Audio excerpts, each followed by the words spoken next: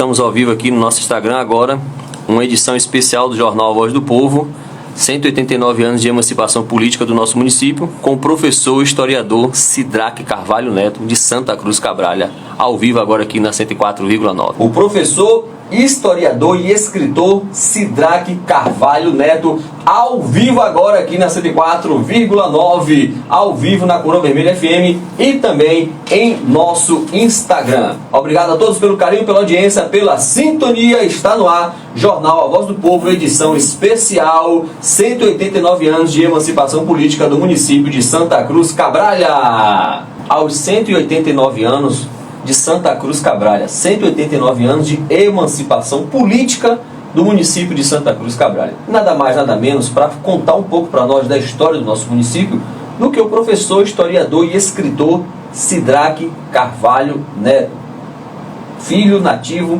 de Santa Cruz Cabralha, que conhece a história como poucos, vai conversar conosco a partir de agora aqui na 104,9. Professor, é assim acho que eu devo lhe chamar, professor? Bom dia, seja bem-vindo aqui, obrigado por aceitar o nosso convite e obrigado por se fazer presente aqui hoje nos estúdios da 104,9. Bom dia a você, Henrique, em nome da rádio 104.9. Queria dar bom dia também ao povo cabraliense e aos ouvintes desta rádio que neste momento estão nos ouvindo, e também quero deixar aqui a minha satisfação de poder relatar um pouco da história da nossa terra, que é uma cidade histórica, turística, e que agora, dia 23 de julho, está completando 189 anos de emancipação política, mas a nossa cidade começou com o Brasil. Então nós estamos fazendo esse ano também 522 anos de história, porque a história de Cabralha começa com a chegada da expedição de Pedro Álvares Cabral da Coroa Vermelha e o encontro com a etnia Tupiniquim. E a fundação da nossa Vila Colonial de Santa Cruz aconteceu no ano de 1535, a fundação. Então esse ano também nós estamos fazendo 487 anos de fundação.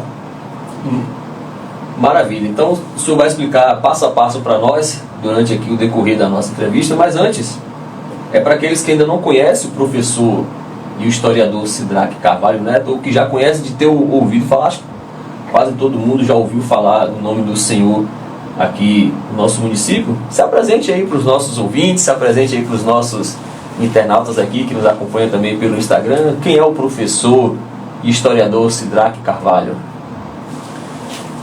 Então, eu sou neto do primeiro prefeito de Santa Cruz Cabralha, que foi Sidraque Carvalho, do qual eu me orgulho muito do nome dele, de carregar esse nome, porque meu avô, por ter sido o primeiro prefeito, mas pelo legado que ele deixou nesta cidade. Foi meu avô que acrescentou o nome Cabralha ao de Santa Cruz. Em 1935, ele criou o decreto 9.400, em 9 de março. E aí a cidade, o nome ficou definitivo até hoje, Santa Cruz Cabralha. Tem muitas pessoas que colocam a preposição de, Santa Cruz de Cabralha, mas não é correto. E meu avô, ele, além de ser o primeiro prefeito, ele foi prefeito na década de 40, ele foi o primeiro prefeito eleito pelo voto, porque antes o prefeito era indicado, ele foi indicado pelo interventor federal de Getúlio Vargas, Juraci Montenegro Magalhães, aos 22 anos de idade, para governar uma cidade ainda bem pequenininha. A população era de 900 pessoas na sede municipal. Agora, a população rural era bem grande, porque Cabralha ia até Itagimirim, Itapebi, né, fazia divisa com essa cidade. Coroa já tinha habitantes também? Meu irmão, eu tenho um livro do meu avô, que é uma relíquia. Foi até bom você tocar nisso. Ele é da década de 40. No segundo governo dele, o IBGE pediu para todos os prefeitos do Brasil escrever informações do seu município. E aí meu avô, nesse livro, ele colocou toda a população, era 900 e poucas pessoas, ele colocou fotos da Coroa Vermelha, onde tinha um telheiro, inclusive essas telhas, se não me engano, não eram francesas, onde a população daqui celebrava a primeira missa. A gente pensa que isso só começou agora, não. Meu avô era uma pessoa, ele era católico, né? Amava essa terra, e aí tem as fotos da comunidade de Cabralha puxando com cordas uma grande cruz de madeira para celebrar a primeira missa com o padre. Cara, isso é uma foto, para mim como historiador, emocionante. Saber que ele já impulsionava, alavancava a cultura. Tanto que ele escreveu para Getúlio Vargas uma carta no seu terceiro governo, porque o povo não queria que ele saísse, mas aí tinha que dar lugar para outro. Então na década de 50, de 54 a 58, ele foi a última gestão, porque depois ele veio a falecer. Ele escreveu uma carta para o presidente Juscelino Kubitschek, em 1957, e eu encontrei essa carta emocionante, porque eu fui ler essa carta. Naquela época se escrevia de caneta tinteiro, mas aí ele conseguiu uma máquina de escrever Olivetti para a prefeitura, acho que era a única no gabinete. E ele escreveu essa carta pedindo a Juscelino Kubitschek que construísse uma rodovia que chegasse até onde o Brasil nasceu, a Costa do Descobrimento. Olha o pensamento dele para o futuro, isso na década de 50, né? E essa rodovia hoje é a 367. 367. Inclusive eu vou contar uma história rápida aqui, que é a história do nosso município. Em 98, 99, foi perto dos 500 anos do Brasil de Cabral. Eu recebi no arquivo municipal onde eu trabalho com a minha equipe, inclusive lá a gente organiza todo o acervo documental da Câmara e da Prefeitura, eu e minha equipe há mais de 20 anos, então é um local de pesquisa e de estudo. Nós recebemos lá uma equipe de TV que veio de Minas Gerais, saber aonde terminava a BR-367. E aí a moça falou assim, meu Deus, onde fica Santa Cruz Cabralha? Porque Porto Seguro todo mundo conhece, né? Ela foi olhar no mapa, ela falou, Sidraque, colado com Porto Seguro, 22 quilômetros. E aí a gente pegou, veio aqui pelo litoral, passamos pela Coroa Vermelha, e aí chegou no arquivo e falou, o que você sabe da BR-367? Eu falei, o que todo mundo sabe, porque eu sou historiador, eu adoro pesquisar, estudar a história do Brasil de Cabral. Eu falei assim, olha, o que eu sei é que a BR-367 começa no entroncamento de Eunápolis, com a 101, e termina em Cabralha, e dá 84 quilômetros. Ela falou assim para mim, você está equivocado. Eu falei, por quê? Porque eu vou te contar uma nova história sobre a BR-367. E eu ainda não tinha falado da carta do meu avô, que aí ela pirou. Eu falei assim, olha, ela falou assim, olha, você sabia que a BR-367, a gente está fazendo uma matéria para provar isso, que a BR-367, ela começa em Diamantina, terra de Juscelino Kubitschek, e ela foi construída na terra dele para chegar até aqui onde o Brasil nasceu. Foi a pedido do seu avô, o prefeito Sidraque. Eu falei, meu avô pediu essa estrada. Ela falou, não, para tudo. Você tem essa carta, o seu avô pedindo essa rodovia? Aí eu falei, tem. Tanto que na matéria, que está na internet, né, eu estou segurando a carta, eles filmaram. Qual o site que a gente acha essa? É numa afiliada da Rede Globo. Depois eu vou mandar para você divulgar, tá? Certo, certo. Porque eu pedi tudo, eu pedi a matéria, tá no meu computador bonitinho lá. Sim, aí ela falou o seguinte, ó, a BR-367, ela começa em Diamantina, só que ela não é uma rodovia longitudinal, que vai reta, como a 101, que vem do Rio de Janeiro, vai até o Rio Grande do Sul. Eu até mesmo tenho essa dúvida, que a 101 vem, corta em Eunápolis e a gente tem essa 367, é só essa Isso. esse trajeto. Então ela vem de Eu pensei que Diamantina. ela só esse pedacinho, 84, ela falou não. É porque ela vem de Diamantina, Minas Gerais, passa no Vale do Jequitinhonha, passa em estrada de chão, que nem asfalto tem ainda, e vai colando com outras rodovias, pegando uma carona, até chegar em Cabralha. Eu falei, nossa, mas isso é uma história nova. E eu adorei, porque eu sou historiador, aí agora eu já tenho como provar que a BR-367 começa em Diamantina e termina em Cabralha. Professor, então vamos aqui em relação à história do nosso município. A história nasceu lá em 1500, né, com a chegada dos portugueses. Isso. Aí tem essa questão, né, que Porto Seguro roubou a história, que não fala que foi em Porto Seguro o descobrimento, que aqui foi a primeira missa. Ficou nisso, os livros de história, a gente cresceu estudando a história do Brasil, que o Brasil foi ouvindo na cidade de Porto Seguro, e que a missa foi celebrada em Coroa Vermelha, em Santa Cruz Cabralha. Então, assim, o nosso município, a sua história de lá de 1500. Começa em 1500, a história de Santa Cruz Cabralha e do Brasil. Os portugueses chegaram aqui. O senhor tem... Isso. Eu pesquiso há mais de 20 anos, porque o primeiro documento que a gente tem que ler é a Carta de Pero Vaz de Caminha. Essa carta, ela tem 14 páginas.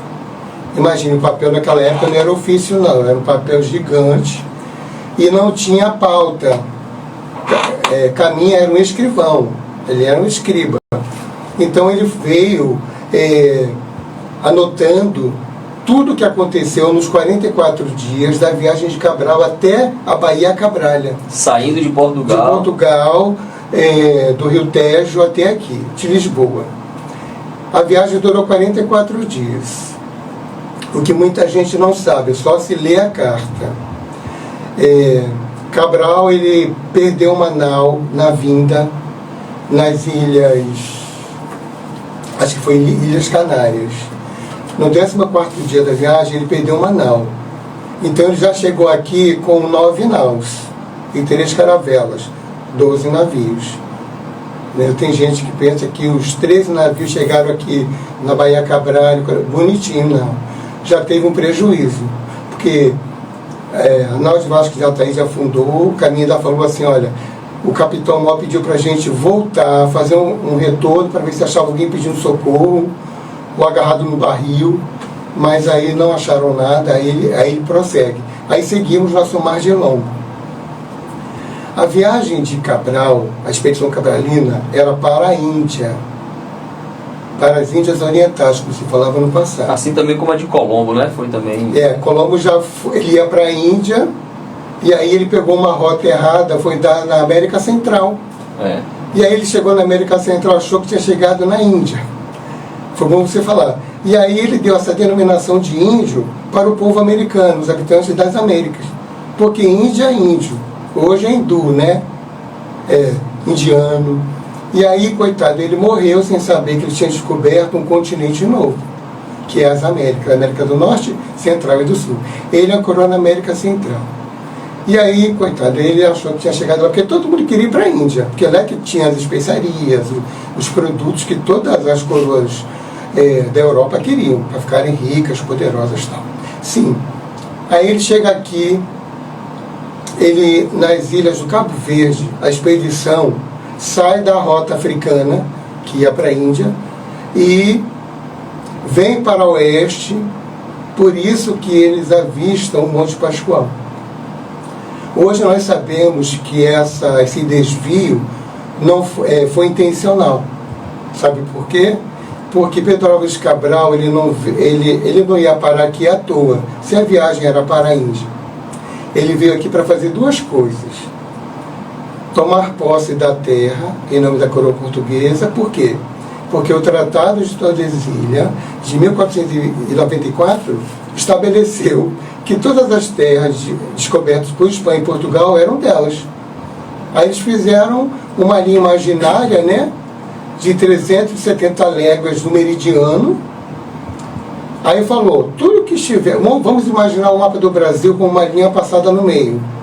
Tudo que está a oeste era da Espanha, e tudo a leste, mar, do oceano para lá, era de Portugal.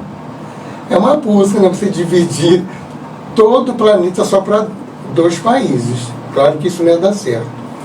Mas, isso foi feito. Então Cabral veio, já achando, em nome da coroa, que essa terra era deles. Por isso que ele ancorou aqui, ficou 10 dias, segundo a Carta do Caminho, do dia 22 de abril, que ele avistou o Ponto Pascoal. Depois ele ancorou pela segunda vez na foz de um rio, que hoje se chama Rio Caí, que não fica no território de Porto Seguro, fica no território do município de Prado, segundo ancorador. Depois eles rumaram para o norte e navegaram 10 léguas por causa da tempestade e porque eles viajavam à vela. E o vento era o sueste muito forte. Em vez deles irem para o sul, que ficava complicado, navegaram para o norte. Aí o Caminho escreve: navegando os 10 léguas pelo norte, encontramos uma enseada grande, com um ilhéu dentro. Olha a descrição geográfica. Onde caberia 200 naus. E aí, e que nos protegeu da fúria do sueste. Aí, ele falando, que eu estou complementando. E aí eles ficaram 8 dias, onde hoje é Cabralha. Por isso, que é bom estar falando aqui como historiador, que eu não estou falando uma pessoa que ouviu falar ou que se baseou em achismo, não. Eu estou me baseando em documentos. O primeiro que eu citei aqui foi a Carta de Caminha, que através da Carta de Caminha, que foi encontrada na Torre do Tombo, as pesquisas vieram a partir daí. Esses relatos que você está falando aqui, a gente conta também no seu livro? Sim, no meu primeiro livro, Santa Cruz Cabrália, 5 séculos de história. Tem até um mapa, eu usei o mapa de um historiador da Marinha, que é Marcos Justo Guedes. E aí ele tem um mapa dos 3 ancoradores até a Baía Cabralha. Outra coisa interessante, eu fazendo minhas pesquisas para escrever esse meu primeiro livro, eu já tenho mais 3 no forno, mas é sobre outros temas de Cabralha, e um livro infantil. Eu descobri quem foi que batizou a nossa Baía de Baía Cabralha. Porque tudo na história tem um porquê. A coisa acontece, aí gera uma consequência. Já pode falar pra gente? Posso? Que eu descobri na pesquisa. Foi um padre português chamado Manuel Aires de Casal. Ele escreveu um livro fantástico chamado Coreografia Brasílica. Olha que nome engraçado. Um estudo geográfico do Brasil. Quer dizer, ele é um padre, mas devia ser uma pessoa letrada, que gostava de geografia. Aí ele cita lá que a Baía Cabralha recebeu esse nome por quê? Porque é o Porto Seguro de Cabral. Baía Cabralha, em homenagem a Cabral. Como meu avô batizou Santa Cruz Cabralha, o Cabralha é homenagem a Cabral. Olha que legal. E aí nós temos associada a outra. Aí, né, esses 5 séculos, 522 anos de história, com a chegada dos portugueses aqui, dia 26, celebrada a primeira missa aqui no Ilhéu de Coroa Vermelha. Foram duas. As pessoas pensam, por causa da fama de Cabral de ser o local da primeira missa. Gente, a primeira missa... Por que Pedro Álvares Cabral ordenou a celebração da primeira missa aqui em nossa cidade? No dia 25, está na carta, gente, vocês podem ler a carta que está escrito lá. Saiu só o capitão Mó Cabral e os comandantes dos navios para fazer um reconhecimento da Baía, hoje Baía Cabralha. E aí ele encontrou o ilhéu aflorado. A maré estava muito baixa, aquele tapete que se forma em frente à praia de Coroa Vermelha, plano. Aí ele teve a ideia de celebrar a primeira missa no dia 26, domingo, isso foi no sábado, e domingo de Páscoa, por quê? Eles eram católicos, a igreja veio dentro da expedição, representada pelos franciscanos Frei Henrique, da Ordem de São Francisco, e mais alguns frades. Por quê? Porque tanto a igreja quanto o Estado português tinham interesses nas terras descobertas. Os padres para evangelizar o povo, que eu acho isso até assim, uma falta de respeito. Vamos supor, os índios já tinham a sua religiosidade, eles não, os tupiniquins daqui, eles tinham essa religiosidade, eles chamavam Deus de Tupã na língua tupi-guarani. Então aí chega uma expedição E na segunda missa diz para ele que aquele brasão, essa terra não era mais dele, ele tinha que mudar a religião dele. Religião não, desculpa, ele não tinha religião, tinha religiosidade. Eles faziam sua cerimônia para o Deus Tupã. E que eles, tudo seria agora da coroa. E eles seriam escravos da coroa, iam trabalhar de graça para a coroa. E isso aconteceu. Né? Sim, aí voltando às missas. Está lá na carta de caminho. O capitão Mor ordena a primeira missa, que foi celebrada num ilhéu. Ó, não foi naquela praia, naquele rio. O que é um ilhéu? Ilhéu é um conjunto de pedras que formam ilhas. No caso de Coroa Vermelha, são 2 tapetes. E você pode ver na foto. No meio tem um boqueirão dos franceses. Foi por ali que eles entraram, depois, para fazer contato com os tupiniquins. Cabral não teve contato no rio Caí. Só quem teve foi Nicolau Coelho, que eu nem falei isso, foi interessante. Cabral, como era o capitão, ele não poderia se expor de ir até lá. E se os nativos fossem canibais, antropófagos? Ele tinha que se resguardar. Então ele mandou Nicolau Coelho, que era um capitão experiente. Ele deve ter tremido de medo, né? Porque ele falou, e se os caras forem canibais, eu vou dançar, eu não vou voltar. E aí ele veio no batelzinho, coitadinho, rezando o Pai Nosso, uma Ave Maria, salve Rainha, tô brincando. Aí ele deu sorte, porque os índios tupiniquins não tinham costume antropofágico. E aí ele fez o primeiro contato com os habitantes daqui, o Nicolau Coelho. E o Nicolau Coelho tinha ido para a Índia com Vasco da Gama. Isso é importantíssimo falar para os nossos ouvintes. 2 anos antes, quem chegou primeiro na Índia, pela coroa portuguesa, foi Vasco da Gama. Por isso que ele se reuniu com Cabral, passou as coordenadas, porque ele ia fazer a segunda viagem para a Índia. E aí veio bater aqui. E veio bater aqui, por quê? Porque ele tinha que tomar posse da terra. Tanto que ele tinha que fazer cerimônia, tinha que ficar a cruz, porque a igreja estava colada, e eles eram católicos. Então, eu estou vendo aqui no seu estúdio essa foto linda com essa cruz em madeira que simboliza o cristianismo no Brasil, né? Mas pelo local. Então, os índios não entenderam nada quando a segunda missa, que já foi no dia 1º de maio, 1º de maio, né? Foi fincada na foz de um rio. Aí o Caminha descreve. Como é que a gente vai saber que rio foi aqui em Cabralha? Cara, ele descreveu o rio perfeitamente. Ele fala que o rio, onde abasteceu as naus, ia ser celebrada, fincada a cruz, era um rio que corria a carão da praia, carão é paralelo, entre a praia e a mata.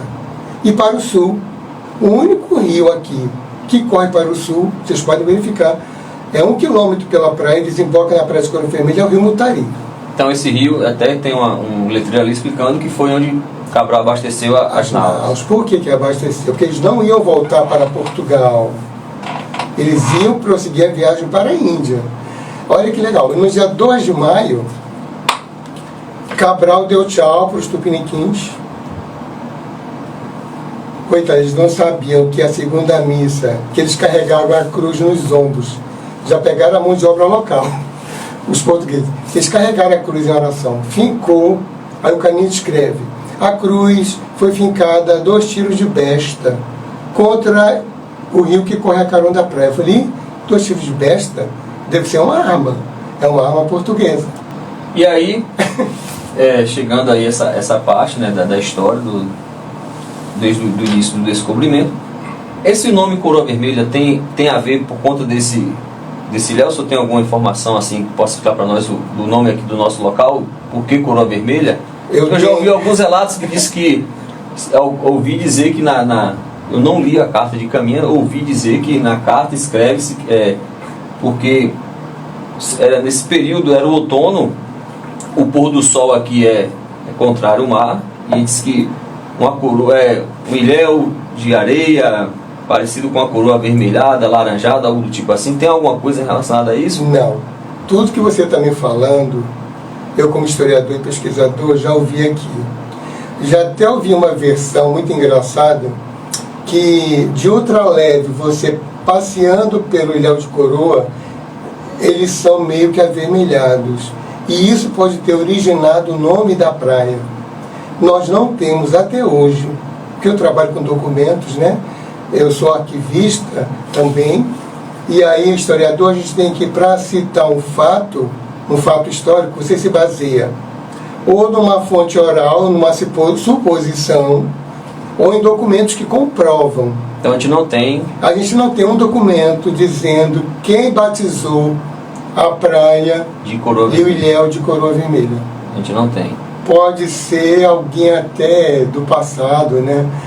Ou até mais recente também. Que do século XIX para cá. Agora, outra coisa que eu esqueci de agradecer aqui, que eu não quero sair daqui sem agradecer, aos nossos antepassados que construíram Santa Cruz Cabral até hoje nesses 500 anos, 522. Meu avô é um deles, né? Mas imagine os governantes, os intendentes que eram antes do meu avô, os intendentes municipais. Sim. Eles foram criados, a intendência municipal, a partir da proclamação da República. Porque, como eu te falei aqui na nossa conversa antes, quem governava as vilas coloniais eram as câmaras municipais. Então, e qual era o poder executivo até a proclamação da República? O rei. E depois o imperador, Dom Pedro I, Dom Pedro II, que já era imperador, né? Então, ou então os homens de confiança do rei aqui no Brasil, o donatário, o governador-geral, os ouvidores. Então, contar a nossa história aqui em 1 hora, esses 522 anos, então, é tempo. Vamos aqui de forma resumida. Nós chegamos, contando, o senhor já explicou a chegada dos portugueses aqui em Cabralha.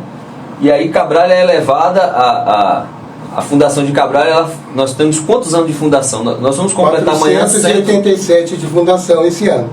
E de emancipação e município, 189. Certo, aí vamos para a parte da fundação. A gente vai à fundação e é criada a Vila de Santa Cruz. Isso. Quem criou a Vila Colonial de Santa Cruz? Boa pergunta. Você sabe que quando o Cabral chegou aqui, ele retornou para Portugal em julho de 1501. Ele perdeu a metade praticamente da expedição, que eram 13 navios, ele perdeu logo um na vinda. O rei Dom Manuel ficou furioso com Cabral, segundo conta a literatura, porque ele deu um prejuízo muito grande para a coroa. Ele veio com 13 e retornou só com 7 navios. Que eu esqueci de te falar que, antes da expedição de Cabral prosseguir em viagem para a Índia, a carta foi enviada da Coroa Vermelha para o rei lá em Portugal. E foi Gaspar de Lemos que levou, sabe aonde? Na menor embarcação, que é a que trazia a comida, os víveres da época, né? Que eles iam comendo no meio do caminho, chamado de naveta. Porque essa embarcação não poderia prosseguir viagem para a Índia por causa das tormentas, né? Lá tem um encontro do Oceano Índico com o Atlântico, que as ondas são gigantescas, então essa embarcação ia dançar. Como dançaram 2 ou 3. Tanto que eu te falei que Cabral só retornou com 6 embarcações, com a naveta que levou a carta, graças a Deus. Se essa carta afundasse, a gente não ia contar essa história aqui hoje para nós. A gente ia ficar falando um monte de bobagem, disse-me-disse. Por quê? Porque no passado, no período colonial, se dizia que o Brasil foi descoberto, entre aspas, porque eu não gosto desta palavra. O Brasil foi conquistado da população que morava aqui há 12 mil anos. E tinha várias etnias. Tinha as etnias Pataxó, Machacali, Camacã no interior. Cabral não viu esse povo, porque eles estavam dentro da mata, eles eram do tronco Macurugê. E no litoral, o grupo Tupi, que falava a nossa língua de origem brasileira, Tupi-Guarani. Era uma língua uniforme. E aí, fugiu meu raciocínio. Eu estava falando da fundação, né? Em 1535 Isso. É fundada a Vila de Santa Cruz. Então, quem fundou a nossa vila, depois que Cabral partiu daqui, o rei de Portugal não se interessou em colonizar a terra indígena, mas ele também não queria perder a colônia, porque Cabral estabeleceu a colônia de exploração portuguesa em 1º de maio de 1500, mas mandou expedições para explorar. O que é explorar? Você chegar aqui e levar tudo que você vê e que dá dinheiro. O que eles viram primeiro? Uma floresta linda, exuberante, cheia de madeiras de lei, inclusive para o Brasil. Aí levavam para o Brasil, aí criaram as feitorias. Aonde? No litoral. Aqui nós tivemos a feitoria de Santa Cruz. Eles estocavam as toras, né, nesses galpões chamados feitorias, e a mão de obra pegaram os coitados dos índios, dando aqueles presentinhos da cultura portuguesa, que eles não gostavam tanto, que é aquelas bugigangas, mas deram facão e machado. Ó, a gente vai dar machado para você, porque você corta a sua madeira com pedra, meu irmão. Você fica horas, dias, polindo aquela pedrinha para amarrar com cipó. Nós já temos um machado aqui, o facão. Você dá, tanto que a cruz, que foi feita por 2 carpinteiros, foi com machado. Aí o caminha falou que os índios ficaram em volta da cruz, ó, olhando os 2 carpinteiros confeccionar a cruz. Aquele pau cruzado, religiosamente, não significava nada para eles. O que lhes chamou a atenção foi o machado, a lâmina de ferro, que cortava rápido a madeira. E aí, eles observando que eles gostaram, ter o machado para eles cortarem as madeiras, trazer pelos rios, porque arrastar é muito longe, para colocar nessas feitorias para levar para Portugal. Sim. Aí, Portugal estava interessado só nas especiarias e nos temperos e tapete peça, lá que dava grana. Quando começaram os outros países a invadir o Brasil, a colônia, aí Portugal pirou. A gente vai perder a nossa colônia. A França invadiu o Rio de Janeiro. Os holandeses invadiram o Brasil e várias outras. E aí o que é que eles fizeram? Temos que iniciar a colonização. O que é iniciar a colonização? Fundar as vilas. Povoar e começar a fundar vilas. Inclusive, é uma coisa interessante que eu vou falar aqui. Porque me perguntam no arquivo qual foi a primeira vila fundada no Brasil. E o povo cisma que é Porto Seguro. A primeira vila do Brasil foi fundada em 1532, por Martim Afonso de Souza, lá no litoral de São Paulo, que é São Vicente, que virou capitania depois. Então, São Vicente é a primeira vila do Brasil, o primeiro município do Brasil, gente. Porto Seguro, a vila de Porto Seguro, a vila sede da capitania, foi fundada em 1535, assim como a vila de Santa Cruz, que o donatário, o Torinho, também fundou. Sim, agora vamos... A expedição colonizadora veio fundar vilas. E a vila de Cabralha foi fundada em 1535. Por quê? Porque não deu certo a colonização. Perto do Campo Tourinho? Isso. Porque a colonização não deu certo. O Martim Afonso de Souza não conseguiu combater as invasões europeias. Ele falou, rei, já era outro rei, Dom João III. Rei, o bicho está pegando no Brasil. A galera está invadindo lá. Aí o rei o que fez? Vamos criar outro sistema de ocupação. Aí criou as capitanias hereditárias. Eram 15 capitanias, ou seja, 15 latifúndios só do litoral, porque o interior pertencia à Espanha. Só que depois Portugal invadiu com as entradas, né? O que fez? Vamos povoar o litoral, que a gente expulsa os invasores. Aí o que fez? O Tourinho, o Pedro do Campo Tourinho, em vez de Viana do Castelo, no norte de Minas, eles eram ricos, eles eram da pequena nobreza, eles tinham grana. E o rei só deu para os seus amigos, os políticos, né? Então eu vou dar para aquelas pessoas que vão alavancar a vila. Aí o Tourinho chegou aqui em 1535 com a sua família, fundou a vila sede da capitania de Porto Seguro, lá na parte alta, e fundou a 3 léguas na foz do rio Mutari, na foz de Coroa Vermelha, onde é o rio Mutari, a vila de Santa Cruz, em 1535. E a construção da igreja de Nossa Senhora da Conceição? Essa igreja que nós temos hoje, ela já é uma segunda construção, né? Porque a primeira caiu. Conta para nós um pouco dessa história aí. Vou contar esse fato porque nós só descobrimos essa história porque nós escrevemos para Portugal, para outro arquivo, o nosso arquivo de Cabralha. Você sabia que Cabralha, do extremo sul da Bahia, saiu na frente, construiu o seu primeiro arquivo público municipal? Construiu o primeiro arquivo. O pessoal de Salvador, do APEB, do Arquivo do Estado, falou: Sidraque, Cabralha está de parabéns. porque eu fui lá fazer um curso, né, de arquivologia, para poder mexer na documentação. Falou, Cabralha, parabéns. Tanto que meu segundo livro, que é a minha monografia da faculdade, é a história do nosso arquivo.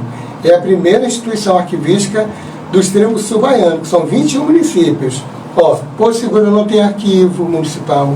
Cadê a documentação pública de lá? Está onde? A nossa está organizada em estantes, sendo higienizada, aberta ao público, aos alunos, a historiadores.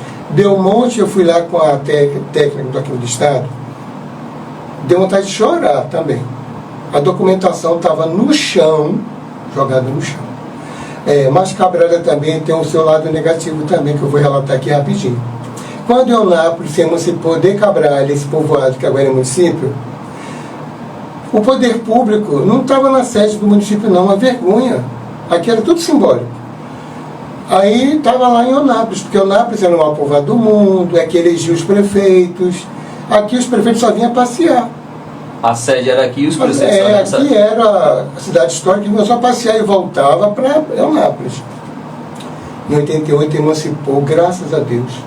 Cabralha começou do zero, porque os hospitais que foram construídos em Cabralha voltaram a pertencer ao povoado e ao município. Cabralha só tinha um posto de saúde para atender o povo todo de Cabralha, dava até dó. Era o posto Castelo Branco ali no centro. Então Eunápolis era um povoado de Cabralha, mas por ter uma população grande, maior, a sede do município então meio que funcionava lá. Então todos os benefícios construídos naquela época já eram construídos lá. E quando lá emancipou, ficou para lá e Cabralha ficou Cabralha ficou esse tempo todo até emancipar, Deus dará. Porque se você adoecesse aqui, meu irmão, você tinha que ir rezando para chegar em Porto Seguro, então a Eunápolis, porque o hospital era lá, que tinha mais recurso, né? Sim, mas voltando à sua pergunta. Quando Cabralha foi elevada à categoria de município em 22 de novembro, que é a criação de 1832, quem criou foi o presidente da província, não estava nem governador, presidente da província da Bahia, Honorato José de Barros Paim.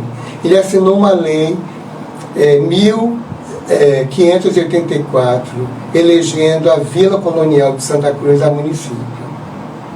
Nessa época ainda não se tinha prefeito? Não, porque... Quem governava a vila? Era a Câmara Municipal. A Câmara Municipal. Só passou a ter prefeito, ou seja, poder público executivo, lá 100 anos com a proclamação da República, exatamente. Então vamos lá, antes de falarmos disso, aí é a construção da igreja, porque isso me chamou bastante atenção, que eu vi aqui no relato do seu livro. A Nossa Senhora da Conceição, que é construída no século XVI, essa igreja que nós temos hoje, ela já foi uma segunda construção. Eu vou te contar agora, e para os nossos ouvintes. Nós mandamos uma carta para o Arquivo Ultramarino de Portugal. É que uma coisa puxa a outra, eu sempre volto. Nós mandamos uma carta para lá, porque o povo falava que essa igreja que existe hoje, a Invocação à Senhora da Conceição, a igreja matriz, foi a primeira construída aqui, e era mentira. Era mentira porque o documento prova. Não foi eu que inventei isso. Os documentos que vieram do Arquivo Ultramarino de Portugal contou uma nova história da igreja e da povoação. O que eles falaram? Eles falaram que essa igreja foi construída porque a igreja anterior caiu, desabou. Por quê? Foi feita de forma rústica de barro. E essa... Sabe a igreja improvisada? Sim. Uma capela? E aí, provavelmente, a santa já era a mesma. A imagem, que é Nossa belíssima. Da Conceição. Belíssima. Não tem uma santa mais bonita que eu já vi na minha vida como a nossa. Essa é a imagem que tem na igreja hoje, desde a construção da igreja? Eu acredito que é desde o século XVI. E aquelas ruínas que tem ali ao lado da igreja? O que seria ali? Seria uma escola? Ou que seria Antes de falar das ruínas, eu vou finalizar a igreja. Aí o que aconteceu? Em 1710, a igreja tinha caído. O que aconteceu? Uma epístola, uma cartinha saiu de Santa Cruz no início do século XVIII, 1710. Olha a prova aí que ela é do início do século XVIII. Pedindo ao governador-geral do Brasil, Dom Lourenço de Almada, o padre, os moradores, que construísse uma igreja, porque os fiéis não podiam casar não podia se confessar. E aí eles foram ouvidos. Fantástico. O que aconteceu? O governador-geral do Brasil escreveu para onde? Para onde a gente ficava submisso ainda, que era a ouvidoria de Porto Seguro. Escreveu para o ouvidor falando o seguinte: é verdade que o povo de Santa Cruz está falando? Achei bacana, porque ele queria uma prova. Eles vieram de Porto Seguro aqui, a equipe, viu que a igreja estava no chão, fizeram parecer, mandaram para o governador, aí o governador escreveu para o rei, D. João V, e ele autorizou essa igreja que está aqui. Aí o povo falava outra mentira. Por quê? Falavam, não é uma crítica, mas é porque a gente vai passando uma mentira de boca em boca, ela acaba virando uma verdade, entre aspas, né? De pai para o filho, que ela foi construída, essa daí, pelos jesuítas. Não foi verdade. Por quê? O que está escrito na documentação da igreja? Que ela foi construída por 2 arquitetos, um engenheiro e um arquiteto português, então não foi pela igreja, por padres jesuítas, coisa nenhuma. Quer dizer, nem todas são construídas por padres, muitas podem até ter sido. Aí a gente veio esclarecer isso, que é o nosso papel como arquivo municipal, levar a verdade para o povo. E aquelas ruínas ali ao lado da igreja, o que seria? É outra história. Os guias de lá são até meus amigos, porque o arquivo municipal funcionou há 20 anos na Casa de Câmara e Cadeia, e agora ela vai ser restaurada, pelo IFAM teve que descer para a parte baixa. O prefeito transferiu para fazer a restauração, e a nossa secretária de administração. E aí é até uma preocupação do nosso prefeito, né, em preservar o patrimônio, é uma coisa louvável. E ele está fazendo, no meu ponto de vista, né, um governo excelente, inclusive para os funcionários. Ele foi o que deu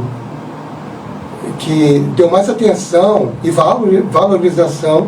A gente tinha um salário defasado há décadas. Isso aí nenhum funcionário pode negar, a gente aplaudiu. E outra coisa, o que está fazendo calçamento, embelezando a cidade, fantástico.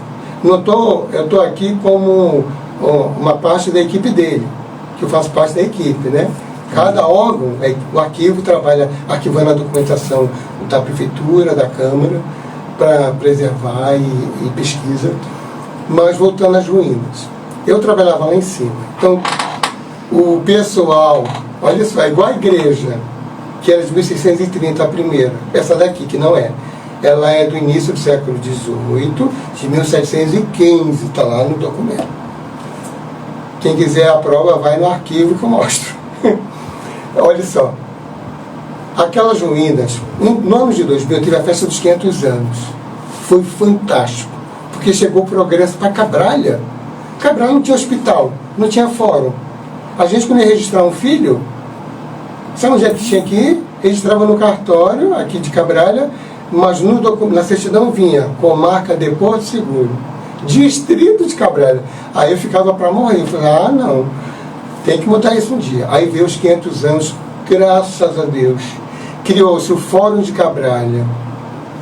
Quer dizer, a parte judiciária agora é nossa, a parte de cartório civil, vem tudo bonitinho. E o hospital. Veio tudo no pacote do governo do estado, né? Pra gente. E aí, o centro histórico foi restaurado. Aí, sim, as ruínas. Veio uma equipe de arqueólogos da Universidade Federal da Bahia. Por quê? Porque o pessoal da obra ia escavar Cabralha e Porto Seguro, ó. Não pode mexer no solo de Porto Seguro, nem Cabralha, nem de nenhuma cidade histórica do país tombada. Cabralha foi tombada em 29 de janeiro de 1981, com Patrimônio Histórico Nacional pelo IFAM. Então, para mexer no solo tombado, se alguém mexer sem ordem, vai preso, porque é um solo que pertence ao Estado. E aí, quando eles chegaram, os arqueólogos se surpreenderam com os 5 sítios arqueológicos que eles encontraram em Cabralha.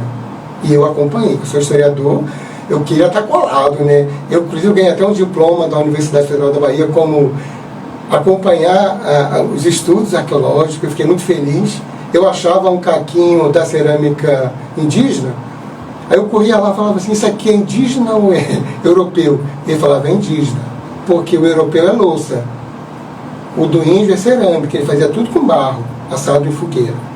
Cara, eu ficava louco, eu ficava arrepiado. E aí e as ruínas? As ruínas. Aí ele falou, Sidraque, por que o povo fala que essas ruínas são colégios de jesuítas? Eu falei, olha, o povo fala isso há 500 anos.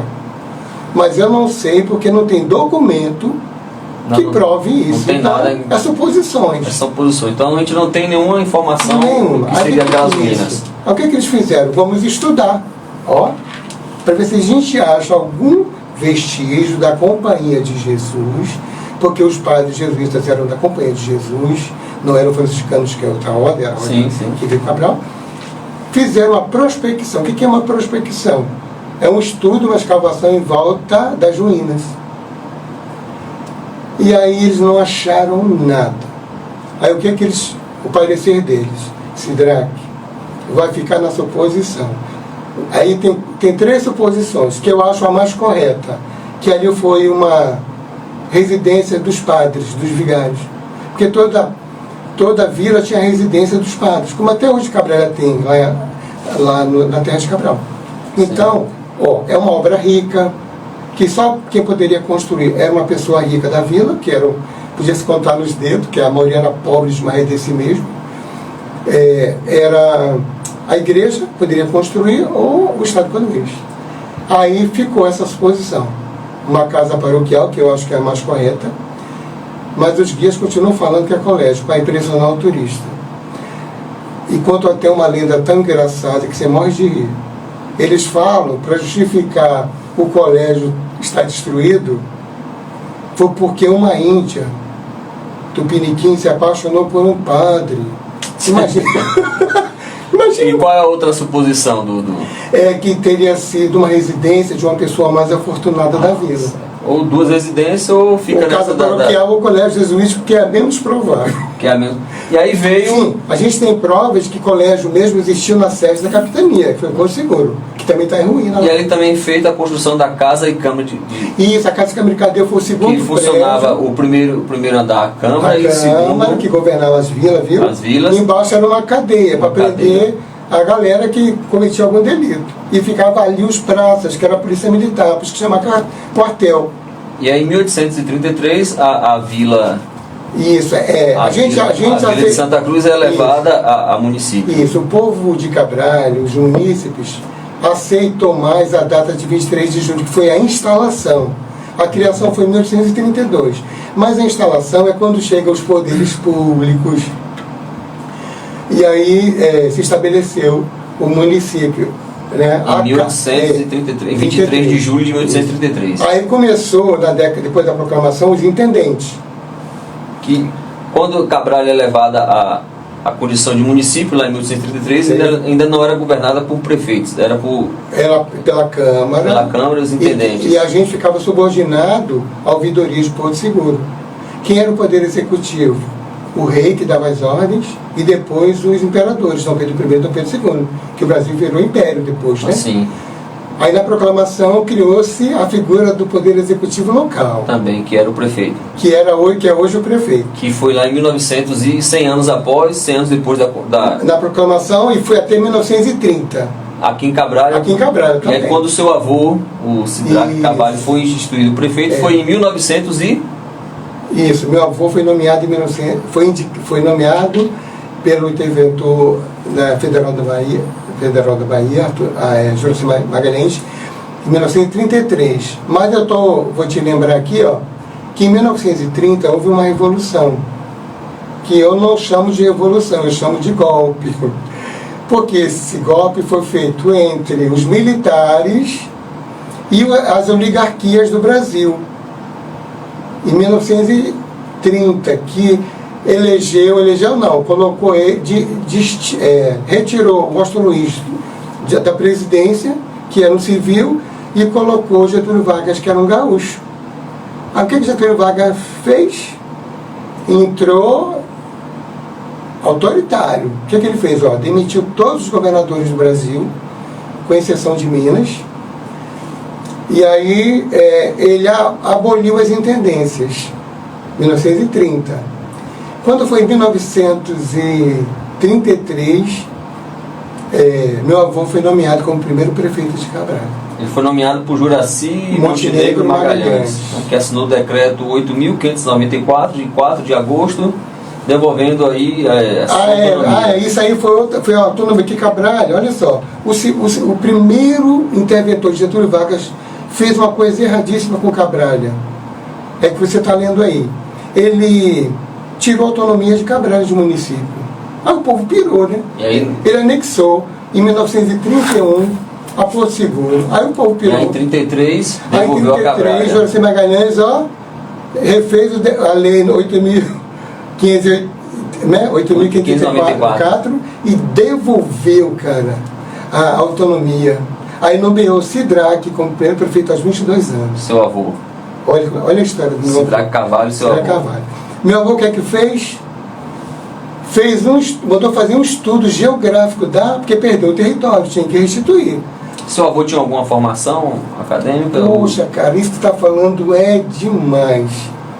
Meu avô só tinha a 5ª série primária, porque todo mundo em Cabral só estudava até a 5ª série primária. Não tinha mais segundo grau. Então ele era tão inteligente que eu acho que ele tinha uma inteligência acumulada de vidas passadas. Porque ele era tão inteligente, mas ele fundou, cara. Você chegou a conhecê-lo? Não, porque assim que ele morreu eu nasci. Eu nasci em 1960, ele morreu em 1959. E aí a família, em homenagem a ele, era o primeiro neto, né? Ele ficou muito feliz por carregar esse nome tão importante. Meu avô funda, em 1953, encontrei isso no arquivo. O que é organizar a história? Se resgatar a história. Meu avô fundou, junto com a professora Anaí, que foi a primeira professora no governo dele, que chegou em 1935, pioneira do ensino na educação em Cabral. Que dá o nome à escola lá em São Paulo. Que eu achei assim, como ex-aluno, que eu achei assim, um absurdo. Você estudou lá? Destruir o prédio, construir outra escola e colocar outro nome e levar a escola. Geraldo Caramuça, meu irmão, fez uma bobagem. Não era para ter feito. Era para manter a escola, o nome. O nome, porque construiu um novo prédio, mas manteria o nome, né? Isso. Ali onde foi construída, onde hoje a escola Terezinha de Caramuça, era o Naí. Eu estudei lá quando eu vim para cá, que eu vim para cá ainda jovem. Já sou jovem. Mas aí eu fiz o segundo grau em magistério lá. Eu estudei ali onde era o prédio histórico. Assim. Sabe quem fez essa homenagem ao professor Anaí? Que a gente tem que falar aqui em público. Arnaldo Moura Guerrieri. Eu tenho as fotos. Construiu ela está no meu terceiro livro. Ela sendo homenageada dentro dessa escola, né, em Sambrano. E ela recebendo o decreto da construção e ela inaugurando, cara, coisa mais linda. De vida, né? Que bacana. Em vida. Recebeu. E aí, em 9 de março de 35, o prefeito Sidraque Carvalho, através do decreto número 9.400, acrescenta a Vila de Santa Cruz. O nome Santa Cruz, o nome Cabralha. Em homenagem ao navegador português. Aí fica Santa Cruz Cabralha, sem o D, que muita gente usa. E aí nós temos 189 de emancipação política, professor, partindo lá de 1833, em 23 de julho. Em 100 anos após a gente é elevada à condição de município, temos o seu primeiro prefeito, no caso o seu avô, Sidraque Carvalho. De lá para cá, se não tiver em mente, a gente pode ver depois. De lá para cá, o senhor tem a noção, quantos prefeitos de seu avô para cá já governou Cabral? O senhor tem? Sim, está no meu livro. Tá, o senhor sabe de qual? Lá no meu livro, no capítulo Política e Administração. Eu não consegui achar os intendentes porque colocaram fogo, foi um crime contra a história de Cabral. Em 1973, colocaram fogo na prefeitura, que era ali na Praça Pedro Álvares Cabral, botaram fogo. Quem era o prefeito? Elivar de Moura Ferreira. Primeiro ano que ele entrou, no dia 28, final de dezembro, entraram na prefeitura com gasolina e uma bucha lá, de madrugada, que o povo só faz isso escondido. E atearam fogo, gente, no acervo documental. Aí a história do meu pai, que também foi prefeito, se perdeu. Seu pai também foi prefeito. Assim que meu avô morreu, ele indicou meu pai, Roberto Lins de Medeiros. Na época da indicação. Ele indicou e o povo, no que meu avô indicava, ganhava, porque meu avô era tão querido, tanto que ele morreu pobre, sem nada, ele só tinha uma casa. E naquela época não tinha como também passar a mão no dinheiro, porque se passasse era tão pouquinho o fundo de participação, que aí não sobrava nada. E a partir de quando que foi a eleição começou a ser pelo voto popular? Meu avô Sidraque, na década de 40, ele lembra que Getúlio Vargas entrou, as mulheres não votavam. Em 1932 as mulheres puderam exercer seu papel de cidadã, que foi massa. E teve a primeira eleição na década de 40, meu avô foi prefeito de... para me lembrar aqui, acho que foi 40... Antes foi o capitão José Isidro, amigo dele, que já foi na parte baixa. Aí ele assumiu de 46 até 47, se não me engano, segundo governo. Aí ele foi eleito pelo voto. Olha, eu posso trazer, vou te mostrar o santinho dele. Já tinha santinho naquela época. Ainda? Mas é muito engraçado, ó. Ele é compridinho, hoje é quadrado, coloridinho, feito na gráfica, né? Sim. Naquela época preto e branco. Tá meu avô Sidraque de terno assim, ele é compridinho, ele pedindo o voto humilde do eleitor. E naquele período a cidade ela funcionava aqui embaixo ou era lá em cima onde é a cidade histórica? Isso. Como é que funcionava a sede do município, prefeitura? A Câmara a gente sabia que era lá em cima, mas como é que funcionava? Lá em cima, exatamente. Lá embaixo já estava expandida também? É uma cidade em 2 planos. Belmonte não é assim, é plana. Porto Seguro também é assim. Tem cidade alta e cidade baixa. Sim. Então se falava assim, o centro administrativo era na cidade alta. Lá onde é a cidade histórica. Onde ficava a Câmara e os homens bons, né, os importantes daqui da vila. A igreja, que era outro poder, que tinha tanto poder quanto o político. Sim. Então ficavam juntos. Eram os padres que faziam os casamentos, que faziam o papel do cartório. E cá embaixo funcionava o quê? Anotava quem morria, quantas crianças nasceram. Sim, embaixo era onde ficava mais os pescadores, porque, imagine. As vilas de pescadores. Isso, os armazéns, então era mais aquela vilinha de pescadores. Mas, pelo que a gente percebe, pelo relato dos viajantes, dos cronistas, a partir do século XVIII, a população começou a crescer, começaram a ocupar a parte baixa. E ficava mais fácil, porque o acesso para o mar é maior. Uhum. E o rio. A outra coisa que eu esqueci de falar, que é importantíssimo. A Vila de Santa Cruz, que o Pedro Campos Tourinho fundou, a primeira, foi na foz do rio Mutari. Né? Depois, em 1564, ela foi deslocada, transferida para a Cidade Alta hoje.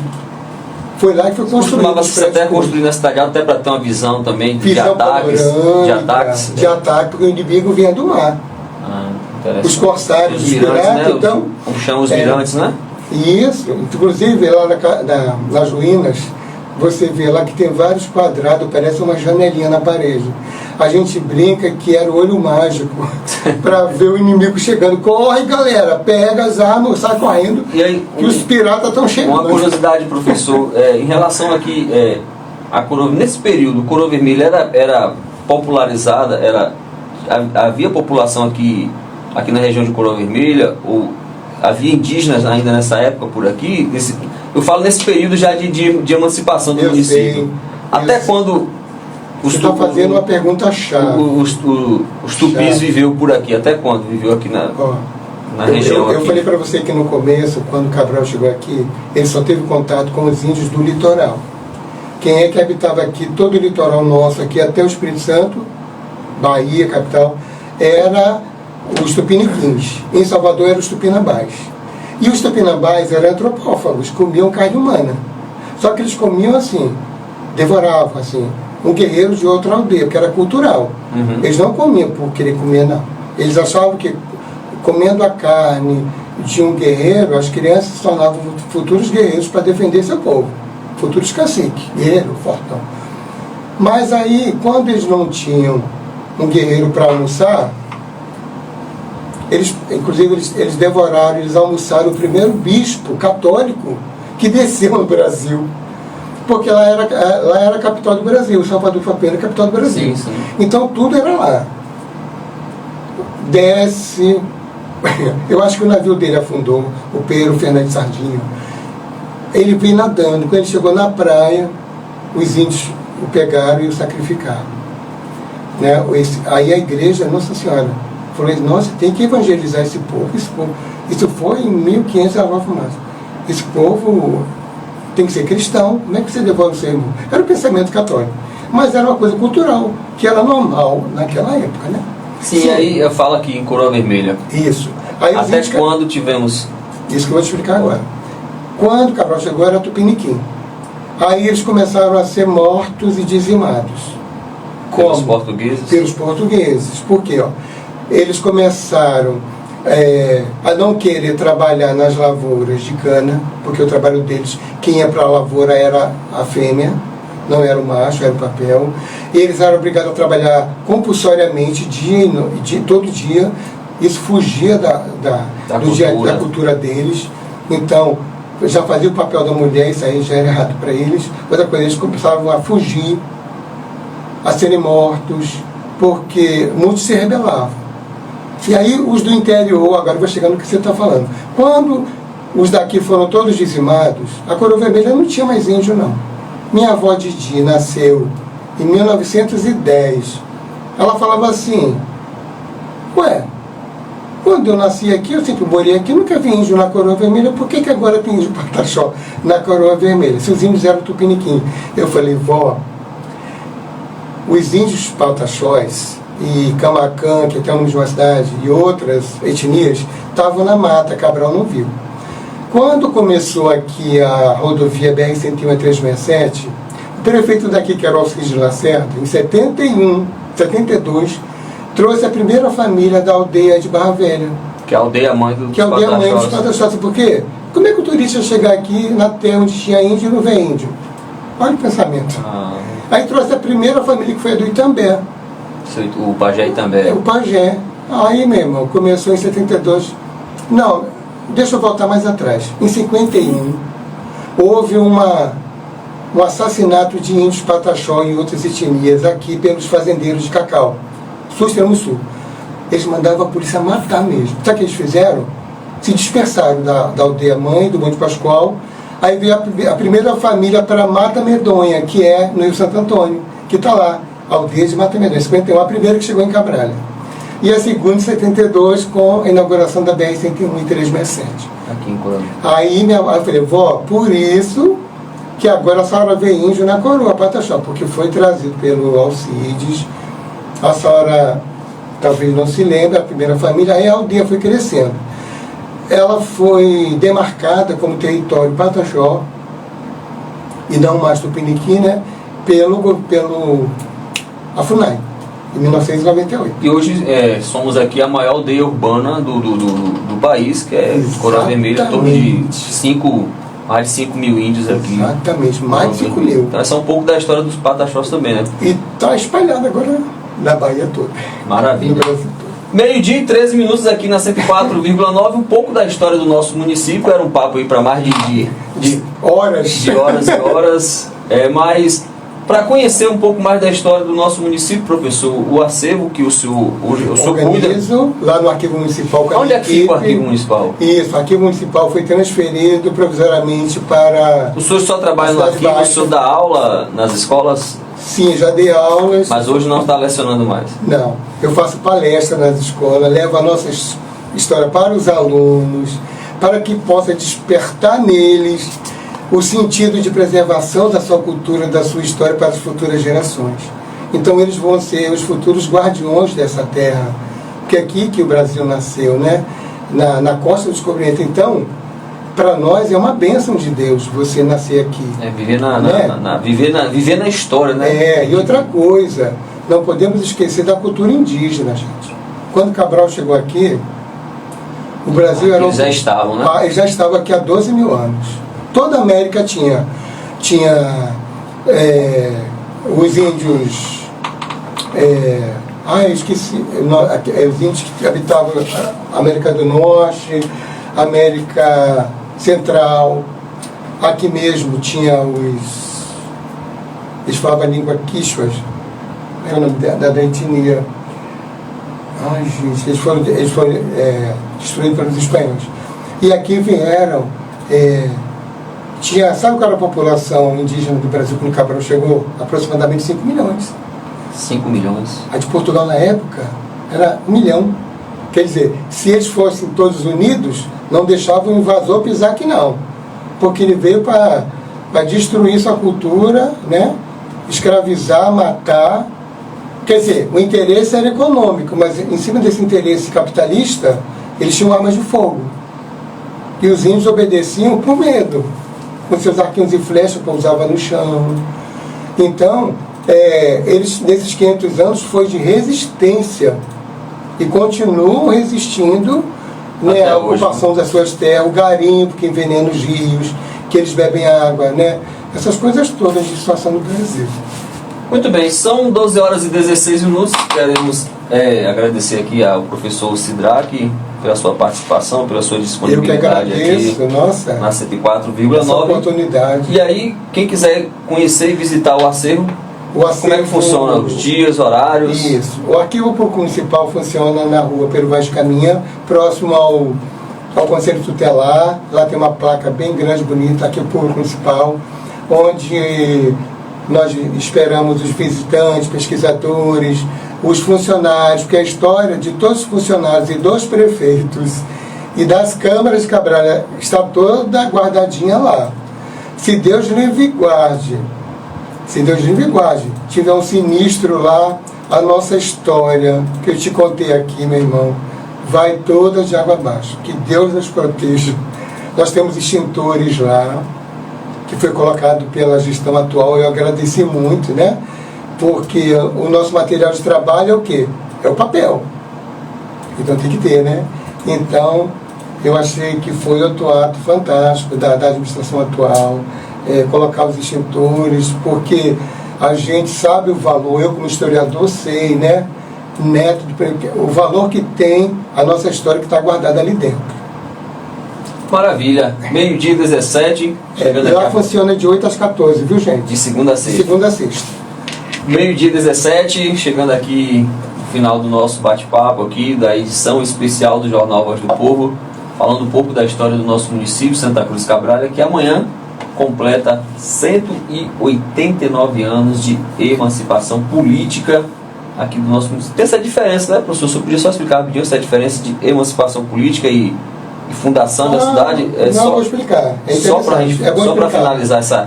O que é emancipação política? Por quê? Né? Mas a gente não tem 500 anos e 22 anos. Nós temos 522 anos de história. Nossa história começa com a chegada da expedição de Cabral 522 e o contato anos. com os índios. Nós temos 487 de fundação. Por quê? Fundação. Porque o primeiro donatário fundou a Vila Colonial de Santa Cruz. Essa vila foi até 1832, quando a vila foi elevada à condição de município, e aí houve a emancipação política. Que emancipação é essa? De quê? De onde? Do território da antiga capitania. Aí a gente ganhou o nosso território de município, que foi dividido assim, 5 léguas para o sul, até a ponta do Mutá. Não sei quantas léguas para o norte, divisa com Mojiquixaba. E para o oeste, meu irmão, até Gabiarra, Mundo Novo, que era um povoado de Cabralha. Gabiarra era distrito de Cabralha, Tinha um distrito sede, lá era o distrito, tinha cartório e tudo. E aí a gente se emancipou e ganhou o território de Santa Cruz Cabrália, que ficou até hoje. E aí somos 189 anos de emancipação. De criação do município e emancipação. E a data de fundação? Nós não temos a data completa, nós só temos o ano. O ano, qual foi o ano? 1535. 1535. Muito bem, meio-dia 19, obrigado, professor. Viu? Fiquei muito feliz. Quando quiser me chamar de volta, estarei aqui com o maior prazer. Será sempre um prazer tê-lo aqui, começar a falar um pouco da nossa história, explicar, né, como é bom conhecer a história do local, como é bom conhecer a nossa cultura, como é bom conhecer a nossa raiz. Professor, muito obrigado. O senhor quer deixar suas redes sociais? O senhor tem redes sociais para as pessoas conhecerem o seu... Eu tenho o meu... Quem quiser entrar em contato comigo, pela internet, eu tenho o meu e-mail, sidraquecabralha@hotmail.com. Tem também o sidraquecarvalho@gmail.com. Instagram, Facebook. Instagram eu não sei mexer não, Facebook eu tenho, porque eu ainda sou da época da máquina de escrever. Você utiliza ainda a máquina de escrever ainda? Não utilizo não, uso computador, mas a minha mente ainda é daquela época. Não é daquela época. Aí a gente sabe que a gente tem uma dificuldade. A minha filha que me socorre, a Andréia.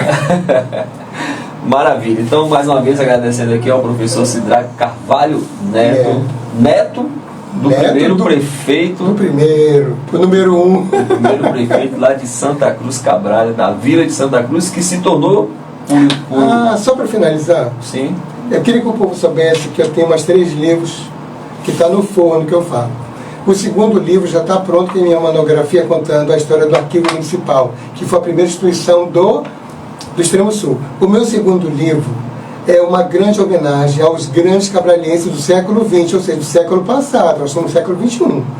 Então, eu vou homenagear o professor Anaí, meu avô Sidraque, seu Eduardo, que trabalhava com o folclore da cidade, a primeira parteira, que não tinha hospital aqui, ela que fazia os partos. Caramba, então, que é a Dona Etelinda Pereira. Então eu tenho um respeito muito grande por esses antepassados nossos que ajudaram a construir a nossa cidade e a realizar o progresso. Essa cidade linda, maravilhosa. Eu não sou nativo daqui, mas escolhi Santa Cruz Cabrália para ser minha terra. Cheguei aqui com 13 anos, né, desde 1996, e amo esse lugar de paixão. Meus filhos. Você agora é cidadão cabraliense. Eu me considero. Seus filhos nascem aqui. Me e é um orgulho bom, né?